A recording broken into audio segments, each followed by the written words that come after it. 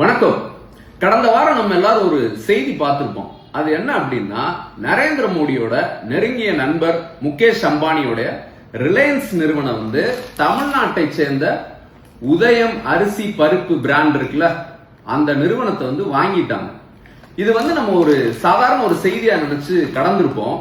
ஆனா பருப்பு, அரிசி இப்படி எல்லாத்தையுமே வட இந்தியனோட வர்த்தகத்துக்கு நரேந்திர மோடி ஊக்குவிக்கிறாரு அப்படிங்கறதான் இதுல இருக்க செய்தி. ஏன் இதை சொல்றேன் அப்படின்னா, ஒரு 3-4 வருஷத்துக்கு முன்னாடி நம்மளுடைய கண்ணன் டிபார்ட்மெண்டல் ஸ்டோர் கோயம்புத்தூரை மையமா வச்சு தொடங்கப்பட்ட நிறுவனம். கோயம்புத்தூர், ஈரோடு, பொள்ளாச்சி, மதுரை இப்படி பல இடங்கள்ல இருந்து 29 முக்கியமான கடைகள், அதை எல்லாத்தையுமே ரிலையன்ஸ் நிறுவனம் வாங்கிருச்சுங்க.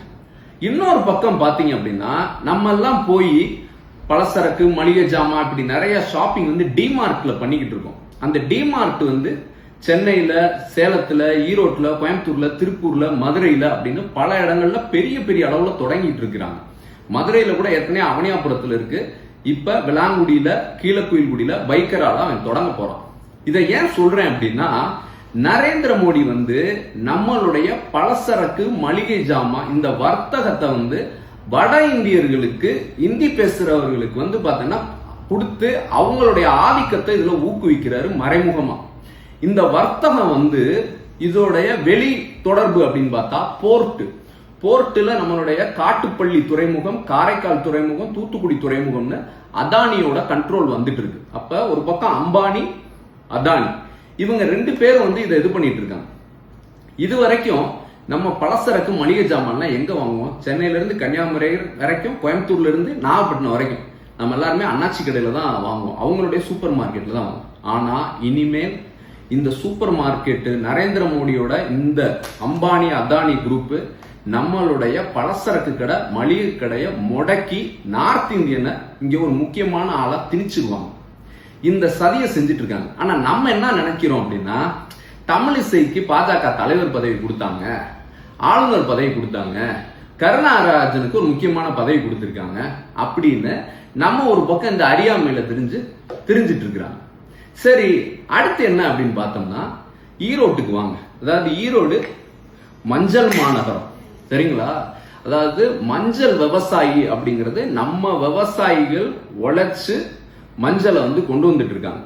அதுக்கு காளிங்கராயன் வாக்கியா வெட்டுறதுக்கு எந்த வட இந்தியனாவது வந்தானா, இல்ல கீழ் பவானி ப்ராஜெக்ட் இருக்குல்ல, அதுக்கு எந்த வட இந்தியனாவது ஒரு கல் எடுத்து வச்சிருப்பானா? கிடையாது. மார்க்கெட் அப்படின்னு பார்த்தா ஈரோட்ல இருக்கு, பெருந்துறையில இருக்கு, கோபியில இருக்கு. இப்படி எல்லாமே நம்ம உருவாக்கி நம்ம அதுக்கு பாசன திட்டம் கொண்டு எல்லாம் பண்ணிருக்கோம். ஆனா மஞ்சளுக்கு விலை நிர்ணயம் பண்றது யார் பண்றா? வட இந்தியா உட்கார்ந்துதான், நார்த் இந்தியன்ஸ் தான் அங்க மஞ்சளுக்கான விலையை நிர்ணயம் பண்ணிட்டு இருக்கான்.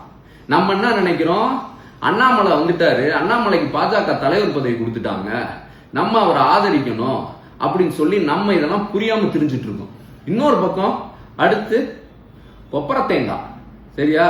அதாவது தென்னை விவசாயிகள், நம்ம தமிழர்கள், நம்ம கஷ்டப்பட்டு காங்கேயத்திலையும் நம்ம பொள்ளாச்சியிலையும் நம்ம பாடுபட்டு வச்சா கொப்பரைக்கு விலை யாரு நிர்ணயம் பண்றான்? வட இந்தியாக்காரன் தான் நிர்ணயம் பண்றான். நார்த் இந்தியன் உட்கார்ந்து தான் கொப்பரை தேங்காய் நிர்ணயம் பண்றான். அவன் என்னைக்காவது இதுல உழைச்சிருப்பானா? கிடையவே கிடையாது. அடுத்து பாருங்க, திருப்பூர்ல கார்மெண்ட் இண்டஸ்ட்ரி, டிஷர்ட், இது நிட்டிங் அப்படின்னு டெக்ஸ்டைல்ஸோட மொத்த திருப்பூர்லாம் கடந்த காலத்துல வரைக்கும் நம்ம ஆட்கள் தான் முதலாளிகளா இருந்தாங்க. இப்ப அங்க யாரு முதலாளியா இருக்கா?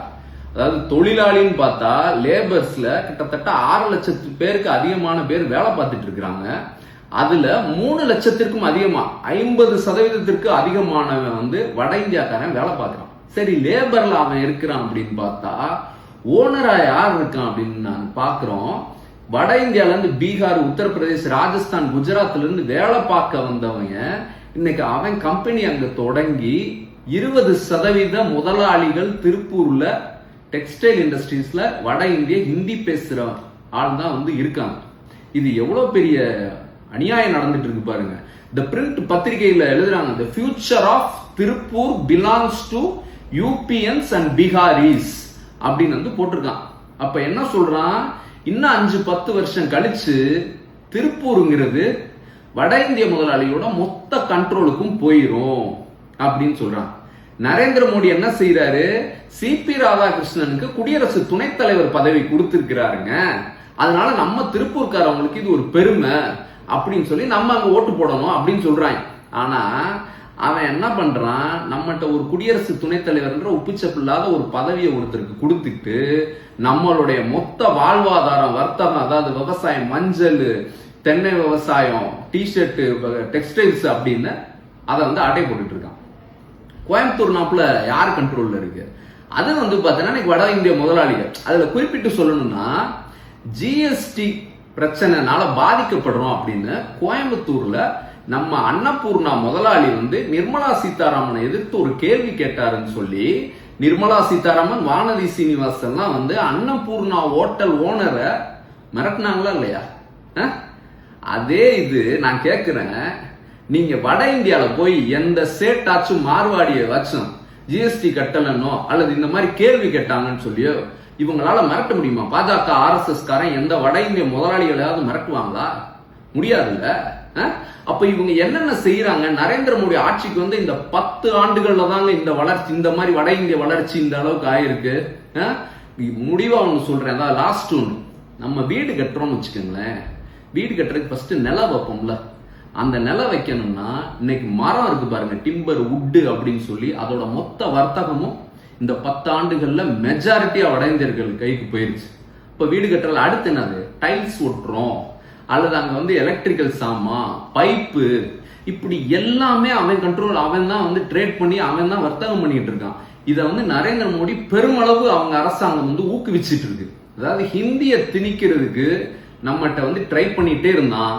ஹிந்திய திணிச்சா இங்க பிரச்சனை, போராட்டம் அப்படின்னு இருக்கிறதுனால அவன் என்ன பண்றான்? இங்க இருக்கக்கூடிய நம்மளுடைய பொருளாதாரம், இங்க இருக்கக்கூடிய ட்ரேடு, நம்மளுடைய விவசாயம் அப்படின்னு ஒட்டு மொத்தமா எல்லாத்தையும் ஆக்கிரமிப்பு பண்ணணும்னு நினைக்கிறான்.